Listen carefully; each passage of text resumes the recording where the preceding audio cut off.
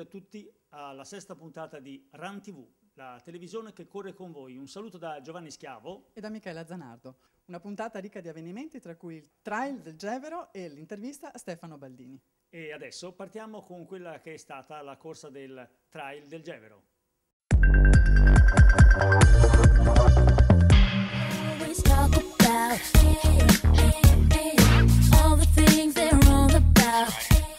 Nonostante le proibitive condizioni meteorologiche, si è rivelata un vero successo la prima edizione del Trail del Gevero. Una task force di volontari distribuiti lungo tutti i 40 km del tracciato, sulle montagne, sotto una pioggia fitta ed incessante, ha permesso ai 540 atleti iscritti di sfidarsi sui due percorsi di questo affascinante e massacrante trail.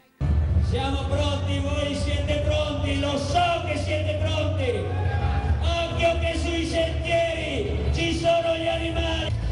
10, 9, 8, 7, 6, 5, 4, 3, 2,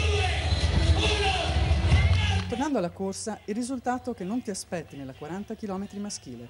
L'atleta favorito, il miglior trailer italiano dell'anno che risponde al nome di Ivan Geronazzo, è stato battuto per un niente sui sentieri di casa da Luca Miori, terzo Stefano Fantuz. Nella 20 km maschile Gianpietro Barattin ha battuto l'inossidabile Lucio Fregona e Eddie Nani. Per le donne nella 40 km ha dominato Cristiana Follador davanti a Monica Penzo e Fabia Gallina, mentre nella 20 km Sara Della Colletta ha vinto precedendo Laura Bello e Mirella Pergola. Il racconto del Trail del Gevero da parte del vincitore Luca Miori della Valetudo Skyrun in Italia. Giornata uggiosa nelle prealpi trevigiane con un'insistente pioggerellina. Il forte maltempo dell'ultima settimana ha messo a dura prova il comitato organizzatore, che ha saputo presidiare al meglio il percorso garantendo la massima sicurezza. Dopo lo start in contemporanea dei due percorsi, 20 km di dislivello più 1400 metri e 40 km di dislivello più 2460 metri, il trail lungo prevedeva 7 km ondulati di riscaldamento, al termine dei quali già si delineava il quartetto di testa, diretto dal forte atleta locale specialista dei trail, Ivan Geronazzo. Nella prima ascesa di 1100 metri, in appena 5 km, Ivano Molin perde l'aggancio e la gara prosegue con un terzetto composto da Geronazzo, Fantuz e Miori, fino all'inizio dell'ultima salita. Qui Fantuz accusa la fatica e il freddo, io attacco la salita insieme ad Ivan. Le gambe sono belle reattive ed imposto un ritmo agile che ben presto affatica l'avversario, permettendomi di guadagnare preziosi metri. Allo scollinamento finale reagisco bene ai tratti molto scivolosi e all'alternanza continua ed inaspettata di saliscendi, fino ad affrontare il tratto roccioso più tecnico della gara. Procedo con sicurezza, senza strafare, fino ad imboccare gli ultimi 3 km in discesa su strada cementata dove allungo la falcata. Nel borgo di Cison di Valmarino, l'ultimo tratto suggestivo lungo il torrente che preserva però paesaggi molto scivolosi ed impone la massima attenzione. Al traguardo sono accolto con un caloroso applauso e con dell'ottimo prosecco di festeggiamento insieme ad Ivan, compagno di questa splendida avventura. A fine corsa Ivan Geronazzo, al penultimo appuntamento di una stagione indimenticabile, si è detto entusiasta del percorso e dell'organizzazione. Geronazzo è rimasto ben oltre le premiazioni per aspettare l'ultimo arrivato. Dopo quasi 11 ore di corsa con il pettorale 107 si è presentato in piazza al traguardo Luca Scuderi. Ad aspettarlo ha trovato gli organizzatori, l'amministrazione comunale e tanti atleti per un terzo tempo da brividi. Ecco la vera essenza del Trail del Gevero, è tutta qui, in questo intenso rapporto che si è creato tra organizzatori ed atleti, perché come ha ripetuto lo speaker ufficiale Alex Geronazzo, agli atleti che arrivavano stremati, quella che avete addosso non è acqua, ma gloria. Per tutti loro che hanno accompagnato i primi, protetto quell'invento e portato a traguardo gli ultimi. Signori, l'applauso più grande a tutti i volontari del Trail del Gevero. E ora, dopo aver visto che cosa è successo a Gevero, passiamo di corsa invece alla panoramica della salute, una corsa che si è tenuta a Costa di Vittorio Veneto.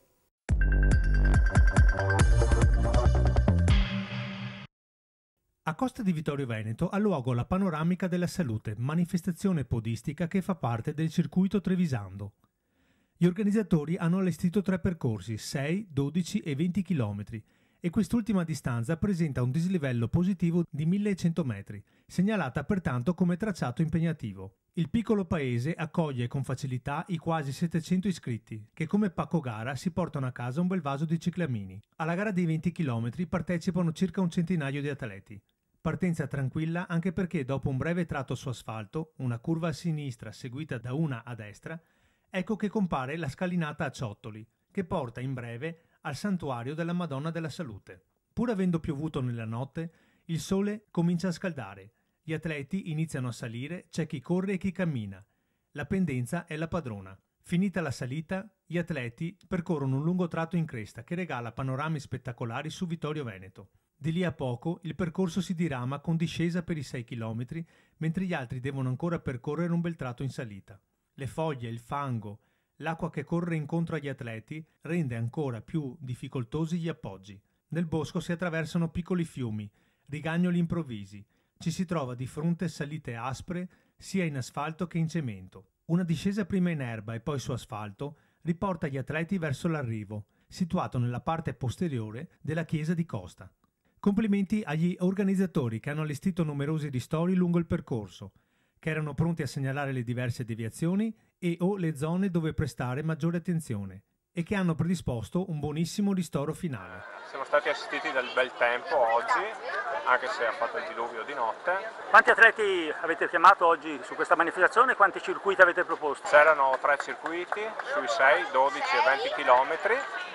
Ci sono state all'incirca, mi dicono, quelle dell'istruzione attorno alle 700 persone o poco più, e visto il tempo che ha fatto questa notte non è un cattivo risultato. Ed ora guardiamo insieme l'intervista a Stefano Baldini che ci darà dei preziosi consigli sulla preparazione atletica nei 10 giorni precedenti alla maratona. Ascoltiamo che cosa ha da consigliarci.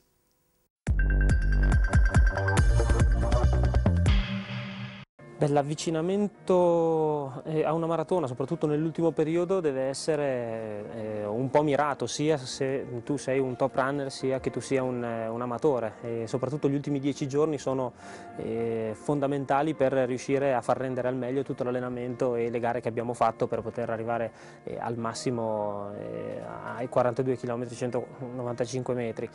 L'ultima settimana è una settimana solitamente di scarico, ci si allena poco, sempre meno, e si cura molto di più quello che è l'aspetto alimentare e di riposo rispetto al fattore allenamento, anche perché quello che hai fatto, hai fatto. Ma nell'ultima settimana quali aspetti è meglio privilegiare?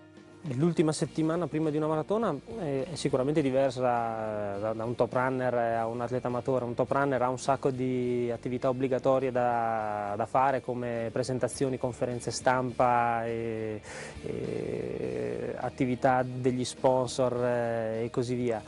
Però deve curare sicuramente anche riposo e giusta alimentazione per poter arrivare alla domenica al massimo. Così deve fare anche un atleta amatore. È chiaro che l'ultima settimana prima di una maratona comunque continui a lavorare, però devi curare un po' di più quello che è il riposo quotidiano e soprattutto l'alimentazione. Negli ultimi 3-4 giorni sbilanciare un po' quello che è la tua abitudine alimentare verso i carboidrati, in modo da riempire il serbatoio di energie che ti servirà poi la domenica. Quindi insomma il consiglio che do è sempre quello di non stravolgere la propria dieta, ma ad esempio di mangiare pasta sia a pranzo che a cena, in modo da non esagerare ma da essere belli pieni di benzina. Un consiglio per la vigilia: che cosa fare? E ancora meglio, che cosa evitare? La cena della vigilia di una maratona deve essere consistente ma non esagerata. Troppi mangiano troppo e quindi c'è il rischio di passare una notte più difficile del normale. Già sarà difficile perché c'è la tensione della gara, e il dover digerire una quantità esagerata di cibo lo è ancora di più. Quindi io consiglio sempre di non stravolgere le proprie abitudini e di non esagerare, soprattutto fare una cena normale, anche perché negli ultimi giorni si corre di meno e si mangia qualcosina in più e quindi sei già a posto. Anche la colazione la mattina della gara la consiglio sempre simile, molto simile a quella che hai fatto sempre. Non devi cercare delle novità proprio il giorno della gara, ma devi andare sempre a ricercare le tue certezze, quindi qualcosina in più del solito, ma sempre fette biscottate, marmellata, miele, anche un caffè se uno è abituato. E durante la maratona come possiamo gestire al meglio lo sforzo? Svelaci qualche trucco. Come si gestisce una gara così lunga di 42 km 195 metri? Sicuramente dal primo metro, perché gli errori che fai all'inizio sono poi quelli che ti porti avanti fino alla fine. Capacità di dosare bene le energie fanno la differenza tra un buon atleta e un buonissimo atleta. Io consiglio sempre, soprattutto agli atleti amatori, di non esagerare nella prima parte. Questo ti darà la possibilità nella seconda poi di avere ancora molte energie, di concludere bene, di rimontare atleti che invece hanno così speso troppo nei primi 25-30 km e di concludere soprattutto bene il percorso con buone sensazioni, un buon ricordo quindi della maratona che hai appena corso e già starai pensando alla prossima. Per quello che riguarda i rifornimenti dipende molto dalla giornata che trovi. Se è una giornata piovosa non c'è bisogno di bagnarsi, di bere tantissimo, se c'è una giornata invece piena di sole conviene bere da subito anche quando lo stimolo della sete non c'è ancora, perché quando lo senti può darsi che sia anche troppo tardi. Chi è abituato a prendere integratori durante gli allenamenti, le gare che ha fatto d'avvicinamento alla maratona, è giusto che continui a farlo, sempre però sfruttando delle cose che hai già provato comunque in allenamento. Le novità in gara sono sempre deleterie e sbagliate. A Reschigliano di Padova si è corsa la prima edizione della 10.000 di San Daniele, una manifestazione che ha visto al via moltissimi podisti, tra i quali Diego Avon e Giovanna Pizzato, che sono stati i vincitori. Vediamo quello che è successo. Prima edizione della 10.000 di San Daniele ed il successo sembra subito arridere al nuovo evento. Oltre 500 gli atleti che si sono presentati al via in quel di Reschigliano, nel Padovano. La manifestazione, promossa dall'associazione Reschigliano Insieme, ha avuto come scopo cardine la raccolta fondi a favore della Città della Speranza. All'evento ha presenziato anche Manuela Revolato, velocista azzurra. L'organizzatore Giancarlo Noviello ha fatto un buon lavoro nella promozione della gara ed alla fine, oltre alla numerosa presenza di podisti, anche un buon numero di atleti di livello. Tra gli uomini si impone Diego Avon, mentre tra le donne domina Giovanna Pizzato. Occorre tuttavia citare almeno i nomi di coloro che hanno completato il podio, tra gli uomini Filippo Barizza e Giuliano Virgis e tra le donne Alessia Danieli e Sara Trevisan. Piacevole e di rango la presenza della sempre forte Nadia Dandolo. E come sempre il mondo della corsa e del podismo è vicino a chi ha bisogno ed è vicino alla solidarietà. Vi ricordiamo a Pedavena il 7 di dicembre la corsa dei Babbi Natale, il cui ricavato sarà devoluto quest'anno alle popolazioni di Refrontolo per dare una mano a chi ha subito dei danni l'anno scorso con le conseguenze dell'alluvione. Ricordiamoci di partecipare perché ricordiamoci che la corsa è anche solidarietà. Bene, ed ora vediamo qual è l'appuntamento di domenica 23 novembre in cui si terrà un cross a Rio San Martino di Scorzè e inerente a questo vediamo quali sono le attività svolte dalla Polisportiva Libertas che organizza questo evento. Siamo con Mario Polon, presidente del CS Libertas Scorzè. Presentiamo allora ai nostri ascoltatori l'attività di CS Libertas Scorzè. Il centro sportivo Libertas Scorzè è nato nel 1979 grazie a un gruppo di amici che hanno avuto questa brillante idea di mettere in piedi un gruppo sportivo. È iniziato soprattutto con il ciclismo, poi pian piano con l'atletica e subito dopo un anno o due è partito anche in altre due attività, quella del basket e quella del volley. Questo ha fatto sì che oggi abbiamo raggiunto quasi circa 500 tesserati, creando un grosso movimento all'interno del territorio del Comune di Scorzè con i ragazzi e le ragazze giovani. Ecco, questo per quanto riguarda in sintesi il Centro Sportivo Libertas. Ecco, allora dicevamo oltre 500 iscritti che lavorano sportivamente parlando in 4 discipline che sono la pallacanestro, il volley, il ciclismo e l'atletica leggera. Noi siamo RAN TV e quindi ci interessa proprio in questo particolare momento il settore dell'atletica. Bene, con l'atletica noi iniziamo soprattutto a fare, creando del movimento con il reclutamento delle ragazze e ragazze che fanno attività dentro in palestra. Poi vengono svolte anche allo stadio dove c'è la pista dell'atletica, ma le manifestazioni che noi organizziamo durante l'anno partiamo già a maggio col meeting dell'atletica e la campestre che viene svolta domenica prossima 23 novembre durante la festa del radicchio di Rio San Martino, una campestre in mezzo ai campi, insomma in pratica. Ecco. Lì partiamo le scuole, quei giovani e poi arriviamo fino agli assoluti. È una bella competizione, sperando sempre che il tempo ci aiuti, perché questo è importante anche per la partecipazione poi. E penso che i numeri che si girano sono circa 500 atleti che vengono a partecipare. Ecco. Oltre a questo poi abbiamo anche la festa dello sport, il fiore dell'occhiello per tutti noi. Lì organizziamo da 5 anni a questa parte la maratonina. Noi quest'anno soprattutto siamo stati veramente soddisfatti perché circa 700 atleti che hanno partecipato a questa grande manifestazione. E oltre a questo all'interno della festa dello sport organizziamo anche il triathlon e anche l'Highlander, ecco, a livello di atletica. Nel ringraziarla ricordiamo che c'è un sito attivo ed eventualmente si possono avere lì tutti i calendari delle varie attività e manifestazioni che svolgete. Noi approfittiamo per passare anche la linea a uno dei responsabili del settore atletica. Prima di passare la linea a Stefano, che è il responsabile dell'atletica leggera, io vorrei cogliere l'occasione anche per ringraziare, e visto che siamo quasi imminenti alle feste natalizie, di fare gli auguri di Natale a tutti, ma soprattutto ringraziare a tutte le persone che con noi, dirigenti e tecnici, collaborano da anni e anni per portare avanti queste attività. E questo ci permette anche di analizzare il settore dell'atletica, CS Libertas di Scorzè. Come sta questo settore?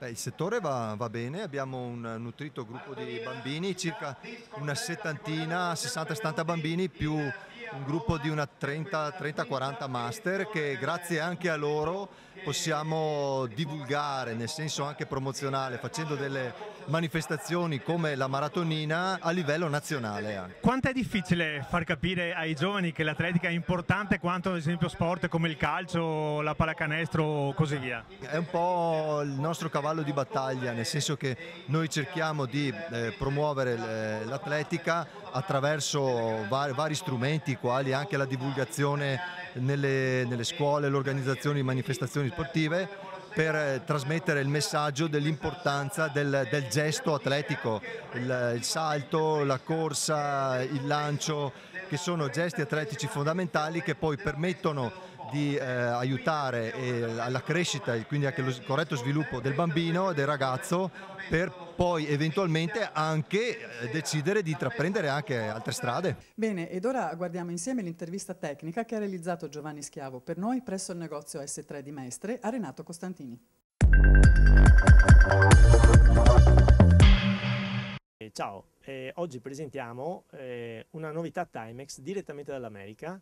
2 prodotti nuovissimi, il bracciale Timex con possibilità di interfacciare i vari Bluetooth e gli iPhone, e un GPS di nuova generazione con un prezzo veramente abbordabilissimo, abbordabile per tutti, sotto i 100 euro. Secondo me è una grande novità. Ribadisco che Timex è l'azienda americana più importante nella produzione di orologi sportivi. Ed ora notizie, curiosità e appuntamenti. E adesso gli appuntamenti podistici per le prossime settimane. Domenica 23 a Scorzè Rio San Martino il cross. A Cimetta di Cotognè la corsa podistica di Campo Cervaro, dove sarà presente RAN TV.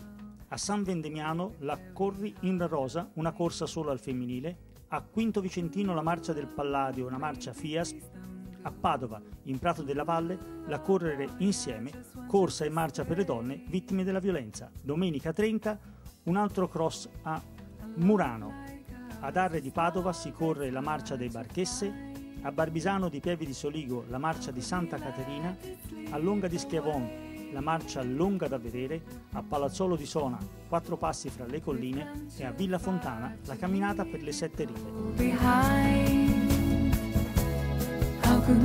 Ed anche per oggi siamo giunti alla conclusione della 6ª puntata di RAN TV, una puntata che speriamo sia stata di vostro gradimento. Un saluto da Giovanni Schiavo e da Michela Zanardo. E ricordatevi che se avete notizie o curiosità da segnalarci dovrete inviarcele all'indirizzo che appare in sovraimpressione. Intanto un saluto e grazie per averci seguito. Ciao. Ciao.